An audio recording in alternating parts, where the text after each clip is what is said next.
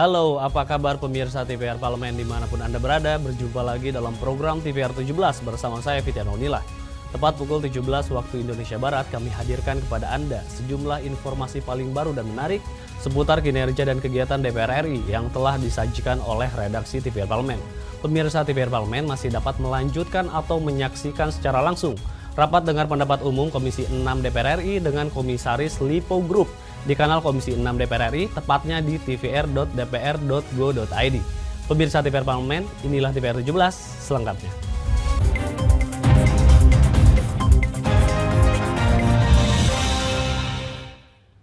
DPR RI berharap BNPT serta TNI Polri dapat bersinergi dalam upaya mencegah aksi terorisme yang masih tinggi di Indonesia. DPR RI juga meminta BNPT segera menyelesaikan insiden pembajakan pesawat Susi Air oleh KKB baru-baru ini. Komisi 3 DPR RI prihatin dengan masih tingginya ancaman terorisme di Indonesia. Untuk itu Badan Nasional Penanggulangan Terorisme atau BNPT diminta mengantisipasi ancaman keamanan nasional melalui program-program yang tepat sasaran. Anggota Komisi 3 DPR RI Ade Rosi Hoirunisa berharap penanggulangan terorisme dapat dilakukan secara maksimal oleh BNPT. Terjadinya insiden pembajakan pesawat Susi Air menjadi salah satu pekerjaan rumah BNPT yang harus segera diselesaikan. Pencegahan terorisme ini harus terus ditingkatkan karena kita ketahui bersama bahwa permasalahan di internasional terkait terorisme, kemudian juga permasalahan di dalam negeri terkait terorisme yang terbaru adalah bagaimana pesawat Susi Air dibajak oleh KKB. Tentu ini harus menjadi perhatian kita bersama.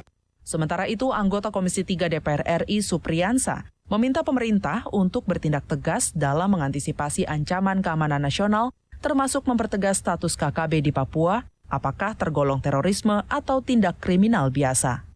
Nah, saya kira tindakannya itu sudah melebihi daripada tindakan teroris. Tapi kenapa kita enggan sekali menyebut bahwa dia adalah pelaku teroris? Apa yang kita takuti? Bukankah negara ini kuat? Bukankah negara ini memiliki tentara, TNI, Polri? Nah, sekarang saya himbau kepada pemerintah turun hadir di tengah-tengah masyarakat kita. Banyak orang dibantai di sana. Nah, kesemuanya tindakan berulang yang dilakukan oleh mereka di setiap ada kesempatan itu karena tidak ada tindakan tegas yang diberikan kepada mereka. Oki Zulindra dan Kristio, TVR Parlemen melaporkan.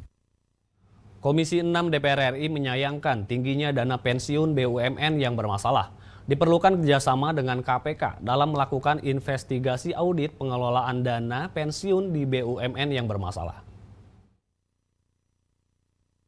Anggota Komisi 6 DPR RI menegaskan Kementerian BUMN harus memeriksa perusahaan-perusahaan yang bermasalah dalam memenuhi dana pensiun dan menindak tegas bagi yang terbukti melakukan penyelewengan untuk mencegah terulangnya kembali kasus Jiwasraya dan Asabri.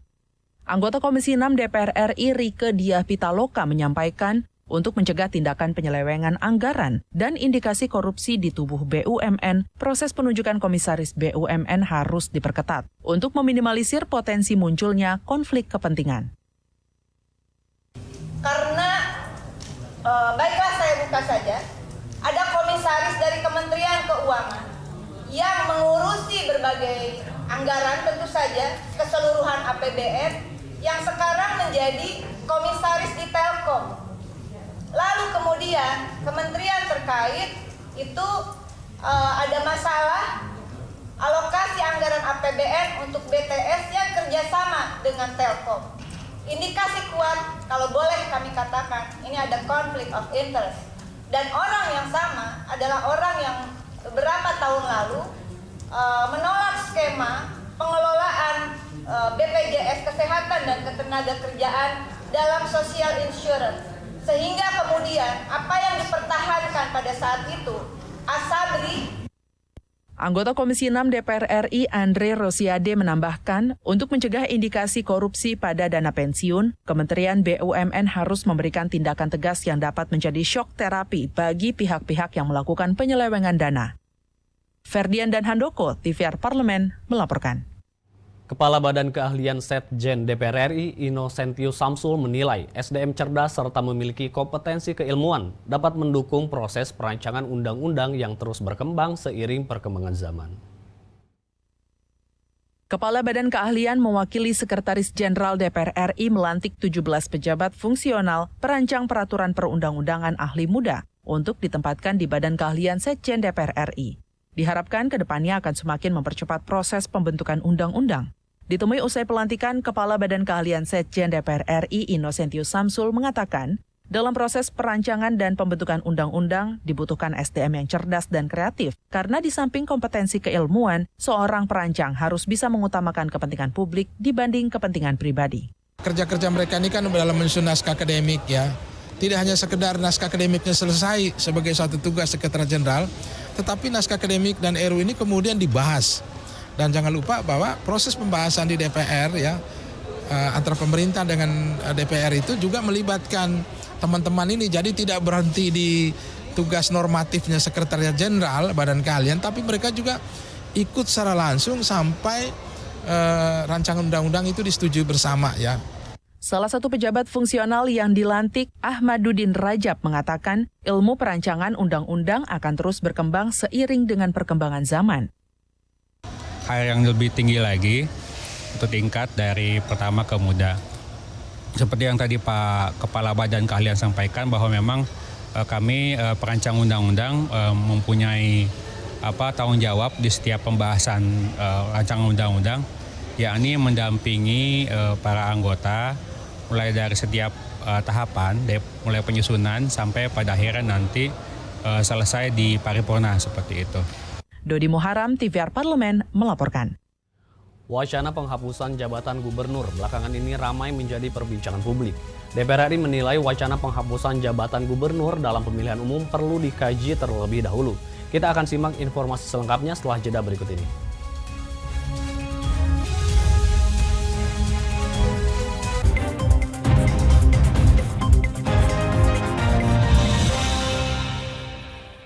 Utang-utang dulu saya. Mereka yang tidak cukup paham teredukasi bagaimana menyuarakan aspirasi demi memperoleh jawaban. Sini ditambang untuk seperti itu, warga sini tidak mengizinkan. Sebab apa? Itu menyangkut isi perut kami semua. Hadir menelisik mulai dari hulu ke hilir. Mengapa? Ini kalau kita telusuri kenapa banjir ini hampir setiap terjadi.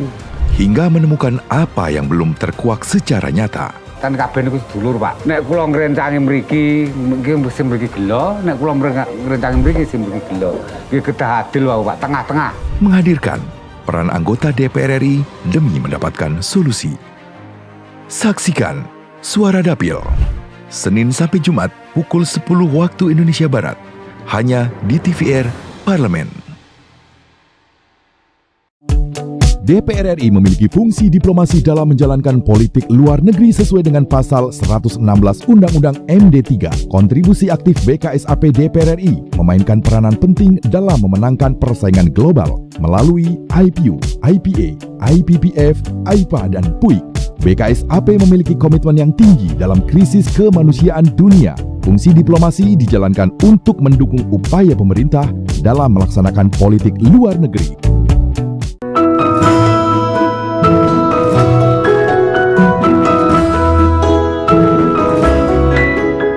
Perempuan Parlemen mengungkap sisi kehidupan pribadi anggota DPR RI dan partisipasi perempuan dalam politik dan publik, keseharian dalam keluarga, dan usaha mewujudkan aspirasi masyarakat di setiap sidang sebagai wakil rakyat. Jangan lewatkan Perempuan Parlemen.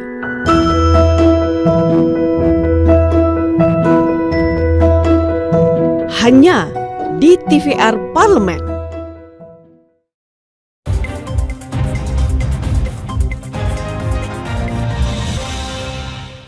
Kembali di TVR 17, usulan penghapusan jabatan gubernur untuk menciptakan efisiensi anggaran dilontarkan Wakil Ketua DPR RI Muhaimin Iskandar. Fungsi koordinasi gubernur dengan bupati dan wali kota dinilai tidak berjalan baik sehingga keberadaan gubernur dalam sistem pemerintahan kurang efektif. Komisi 2 DPR RI menyatakan untuk menghapus jabatan gubernur atau mengubah sistem pemilihan gubernur harus mengamandemen Undang-Undang Dasar 1945 dan dengan alasan yang kuat dalam mengubah konstitusi. Wacana terkait pemilihan gubernur ini sebenarnya sudah lama muncul, tetapi timbul tenggelam. Mulai dari wacana gubernur cukup ditunjuk presiden, dipilih DPRD, hingga tetap dipilih langsung oleh rakyat seperti yang berlaku saat ini. Untuk mengetahui informasi selengkapnya, mari kita simak laporan mendalam yang telah dihimpun oleh tim redaksi TVR Parlemen dalam segmen editorial Parlemen berikut ini.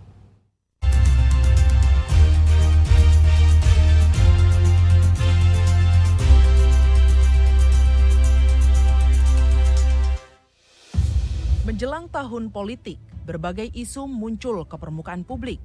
Teranyar, isu soal masa jabatan kepala desa 9 tahun dan bisa dipilih 3 kali muncul ke permukaan. Tidak lama setelah itu, muncul satu isu yang juga menyita perhatian publik, yakni gagasan agar jabatan gubernur dihapus. Alasannya, jabatan gubernur dinilai tidak terlalu fungsional dalam sistem pemerintahan Indonesia, sehingga sebaiknya dalam pemilu hanya ada pileg, pilpres, pilbub, dan pilwalkot. Fungsi gubernur dipandang tak lain hanya sebagai penyambung antara pusat dan daerah, namun anggaran yang dikeluarkan terlampau besar. Menanggapi pro dan kontra yang bergulir di tengah masyarakat, DPR RI tak lantas tinggal diam. Karena jika dibiarkan, polemik ini akan semakin membesar, layaknya bola salju yang dapat menyapu dan menghantam banyak pihak. Wacana penghapusan jabatan gubernur perlu dikaji lebih dalam. Hal itu karena usulan tersebut memiliki akibat yang luas, khususnya dalam konstitusi Indonesia. Ini juga mungkin perlu juga dikaji, menyangkut usulan dari Caimin yang menyatakan bahwa fungsi gubernur cuma administratif dan lain sebagainya untuk efisiensi dan lain-lain. Tapi selain kajian juga kan ini juga harus diputuskan bersama-sama. Nah, sehingga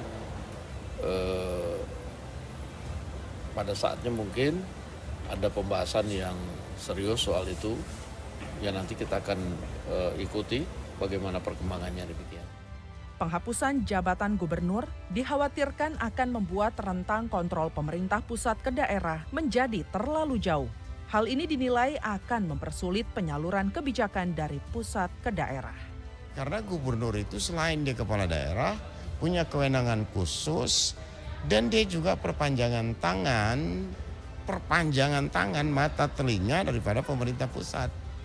Perpanjangan tangan pemerintah presiden untuk mengontrol daerah.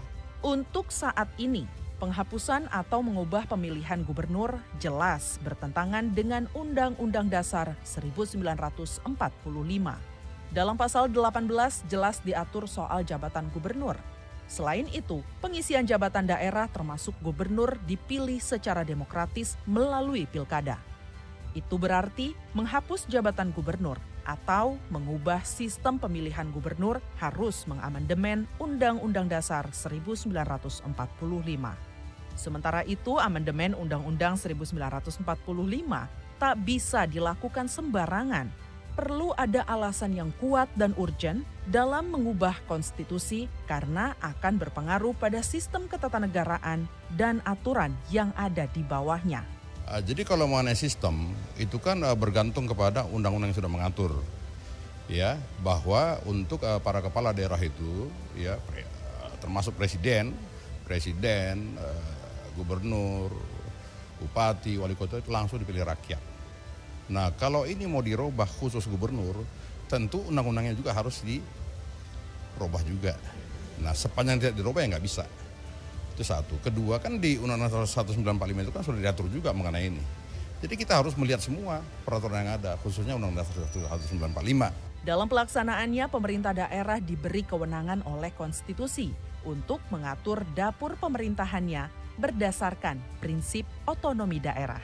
Selama ini tidak ada kekosongan fungsi terhadap kinerja gubernur di setiap provinsi, sehingga peran gubernur menjadi sangat penting bagi pemerintahan di provinsi dan juga masyarakat di daerah. Kalau saya menyatakan selama ini berjalan dengan baik-baik saja itu, kalau dikaitkan dengan soal politik biaya mahal gitu ya, itu kan kita lihat dari mananya dulu ya. Nah, posisi jabatan gubernur itu bukan hanya diatur dalam undang-undang, tapi diatur dalam Undang-Undang Dasar 1945. Jadi kalaupun itu mau dihilangkan, ya saya kira itu juga harus ada amandemen. Gubernur adalah perpanjangan tangan pemerintah pusat. Di tangan gubernur, kebijakan pemerintah pusat di daerah akan diakomodir. Selain itu, menghilangkan jabatan gubernur justru akan memberikan beban kerja lebih pada pemerintah pusat karena tanpa gubernur, pemerintah pusat akan mengakomodir daerah yang tersebar di banyak kabupaten dan kota. Gubernur bukan hanya sekedar penyambung rantai pemerintahan, ia juga bisa menjadi tangan kanan pemerintah pusat dengan turut serta melaksanakan urusan kebijakan nasional.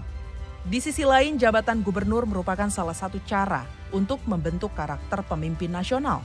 Pasalnya, masa kepemimpinan di daerah, khususnya gubernur, menjadi salah satu tolak ukur untuk menilai apakah seorang tokoh layak naik kelas dari pimpinan di suatu daerah menjadi presiden yang harus memimpin sebuah negara. Selain kajian yang komprehensif, waktu juga pastinya akan menguji secara alamiah apakah gagasan menghapus atau mengubah jabatan gubernur dapat diterapkan di sistem pemerintahan Indonesia. Mari kita tunggu.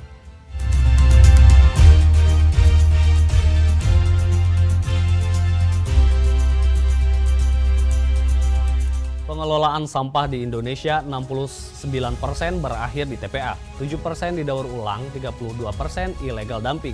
Sebagian besar TPA di Indonesia dikelola masih secara open dumping. TPA di kota-kota besar terancam over capacity. Saksikan informasi selengkapnya, untuk itu jangan kemana-mana, tetaplah di TVR 17.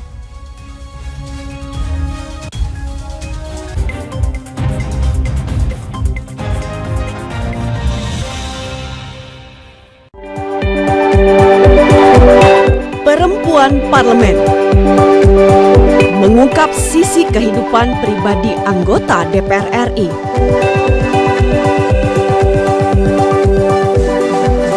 Dan partisipasi perempuan dalam politik dan publik.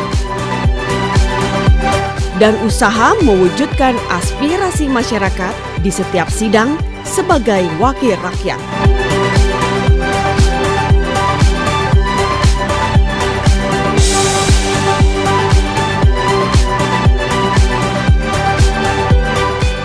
Keseharian dalam keluarga. Jangan lewatkan Perempuan Parlemen. Hanya di TVR Parlemen. Utang-utang dulu saya, perih. Mereka yang tidak cukup paham teredukasi bagaimana menyuarakan aspirasi demi memperoleh jawaban. Sini ditambang untuk seperti itu, warga sini tidak mengizinkan. Sebab apa? Itu menyangkut isi perut kami semua. Hadir menelisik mulai dari hulu ke hilir. Mengapa? Nah, kalau kita telusuri kenapa banjir ini hampir setiap terjadi, hingga menemukan apa yang belum terkuak secara nyata. Kan kabeh niku sedulur, Pak. Nek kula ngrencangi mriki, sing mriki gelo, nek kula ngrencangi mriki sing mriki gelo. Nggih kedah adil wae, Pak, tengah-tengah. Menghadirkan peran anggota DPR RI demi mendapatkan solusi. Saksikan Suara Dapil, Senin sampai Jumat pukul 10 waktu Indonesia Barat, hanya di TVR Parlemen.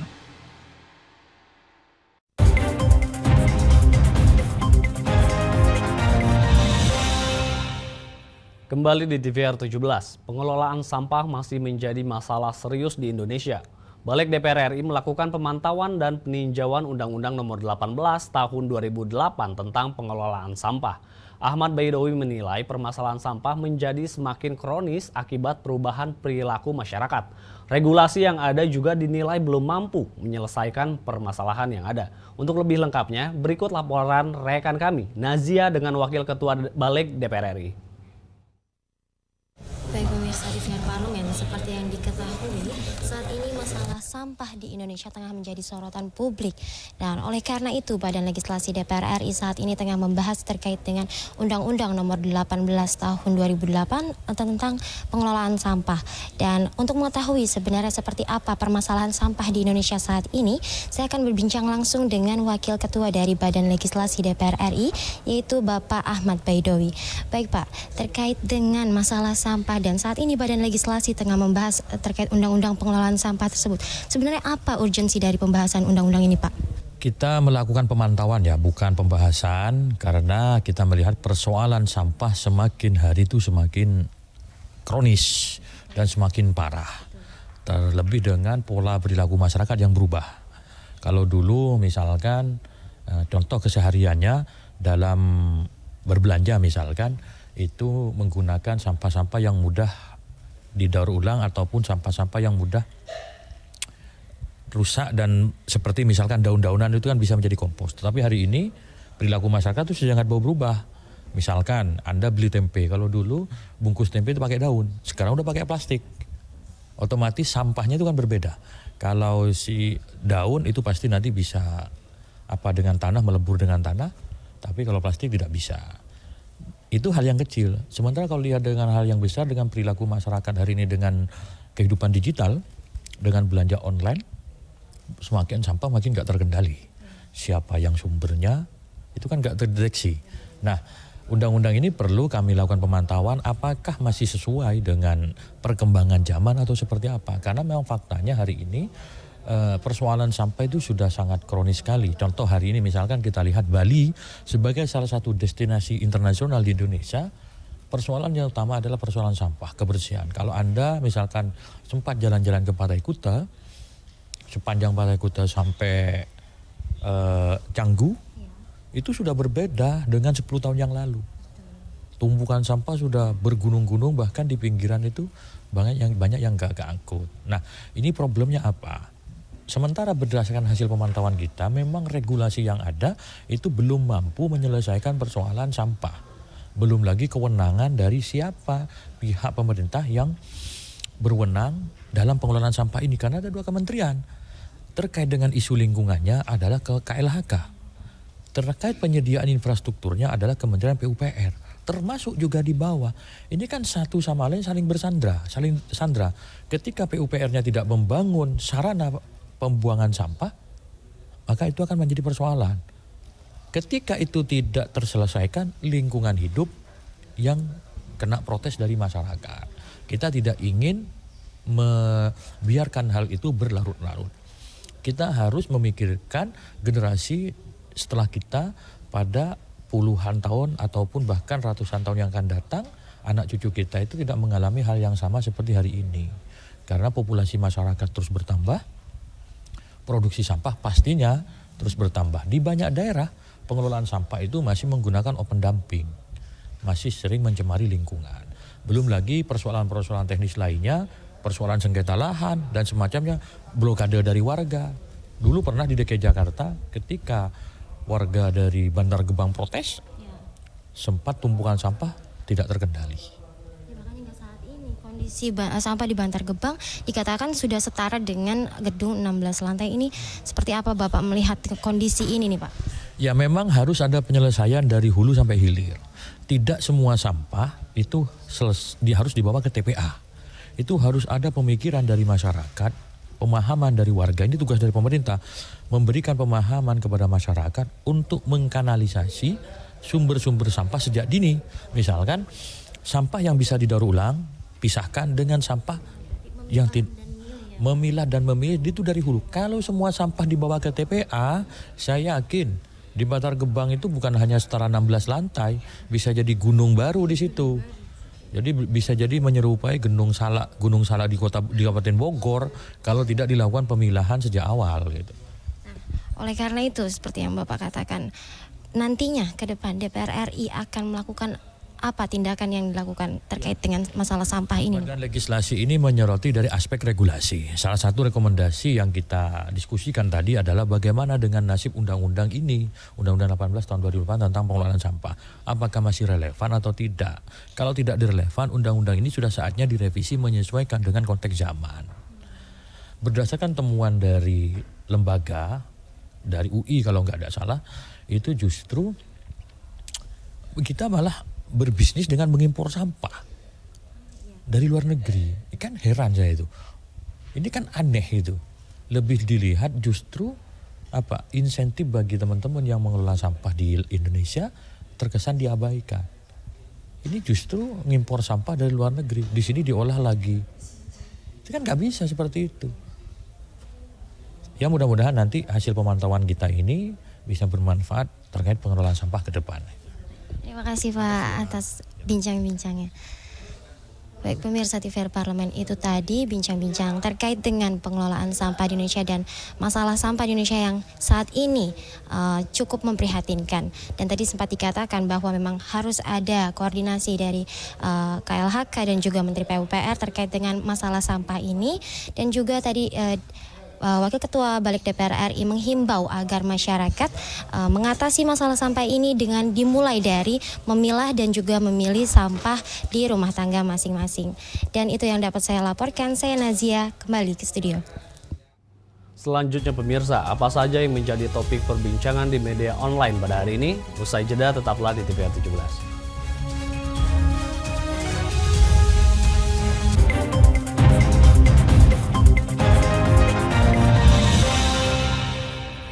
Utang-utang dulu saya, perih.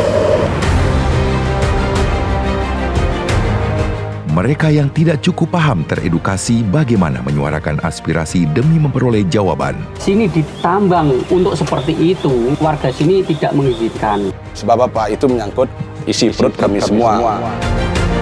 Hadir menelisik mulai dari hulu ke hilir. Mengapa? Nah, kalau kita telusuri kenapa banjir ini hampir setiap terjadi, hingga menemukan apa yang belum terkuak secara nyata. Kan kabeh niku sedulur, Pak. Nek kula ngrencangi mriki, mesti mriki gelo, nek kula ngrencangi mriki sing mriki gelo. Iki kedah adil wae, Pak, tengah-tengah. Menghadirkan peran anggota DPR RI demi mendapatkan solusi. Saksikan Suara Dapil Senin sampai Jumat pukul 10 waktu Indonesia Barat hanya di TVR Parlemen.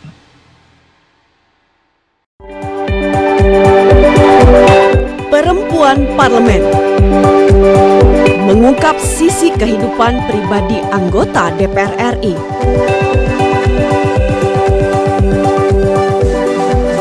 Dan partisipasi perempuan dalam politik dan publik. Dan usaha mewujudkan aspirasi masyarakat di setiap sidang sebagai wakil rakyat.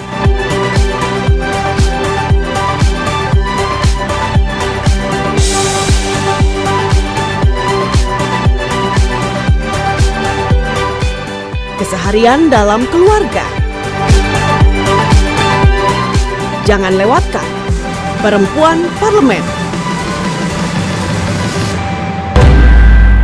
Hanya di TVR Parlemen.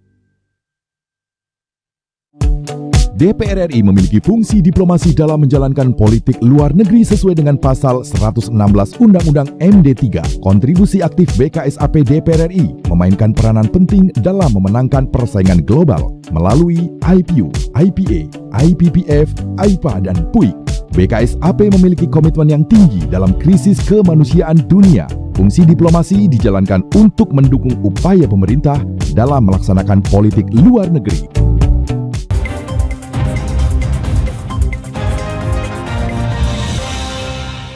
Kembali di TVR 17, pemirsa TVR Parlemen, kali ini kita masuk ke segmen media nasional. Mari kita simak isu apa saja yang menjadi sorotan media serta tanggapan dari sejumlah anggota Dewan bersama rekan kami di Fariska.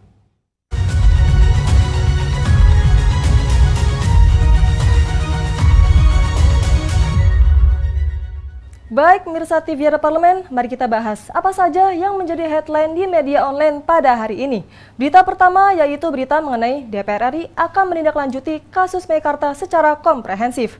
Mirsa, bisa Anda lihat di layar kaca Anda bahwa Wakil Ketua DPR RI Sufmi Dasko Ahmad menerima audiensi Perkumpulan Komunitas Peduli Konsumen Meikarta atau PKPKM di Gedung Nusantara 3 DPR RI Senayan, Jakarta pada Jumat 10 Februari 2023. Dalam pertemuan ini, PKPKM mengadukan soal perkembangan kasus Meikarta dari sudut pandang konsumen secara kondusif. Dasko menegaskan bahwa hal yang terjadi di kasus Meikarta tidak boleh dibiarkan dan harus segera diselesaikan. Para korban pembelian apartemen di Kabupaten Bekasi itu sudah mendatangi komisi teknis terkait di DPR, mulai dari Komisi 2, Komisi 5, Komisi 6, dan Komisi 11. DPRD mendukung adanya pergerakan ekonomi, pembangunan, dan investasi properti. Tetapi dalam pelaksanaannya harus ada langkah-langkah pengembang yang baik dan tidak melanggar hukum.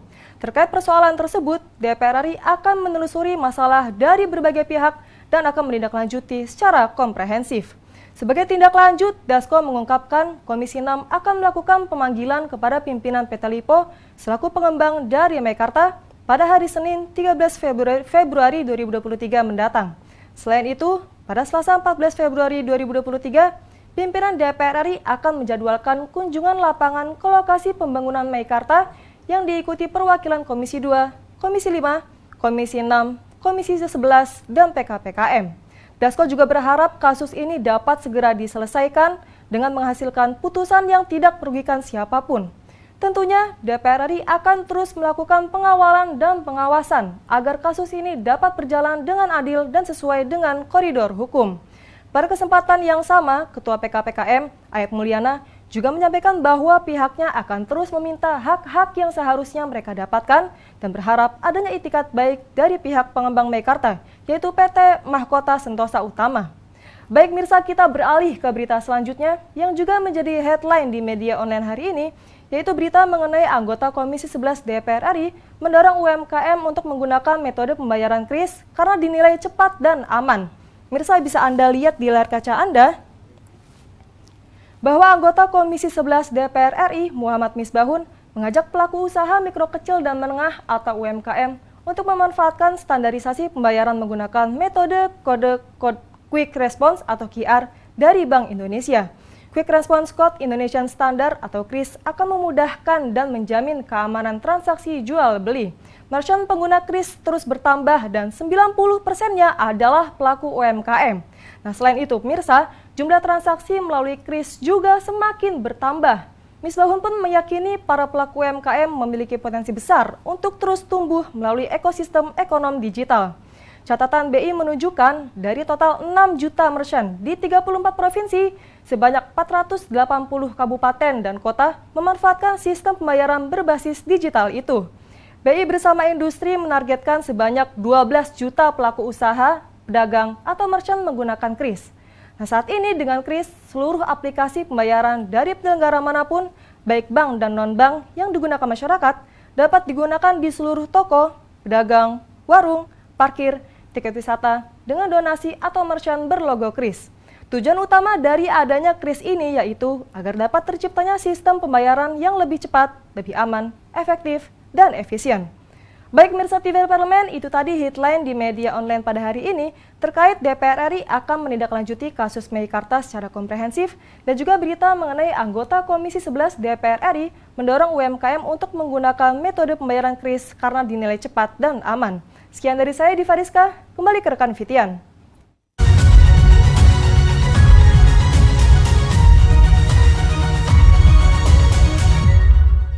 Terima kasih rekan Diva yang telah menyampaikan sejumlah sorotan dari media online nasional pada hari ini. Pemirsa TVR Parlemen, segmen media online tadi sekaligus menutup program TVR 17 edisi sore hari ini. Saya Fitian Onilah beserta seluruh kru TVR Parlemen yang bertugas mengucapkan terima kasih dan undur diri dari hadapan Anda. TVR Parlemen, referensi Indonesia.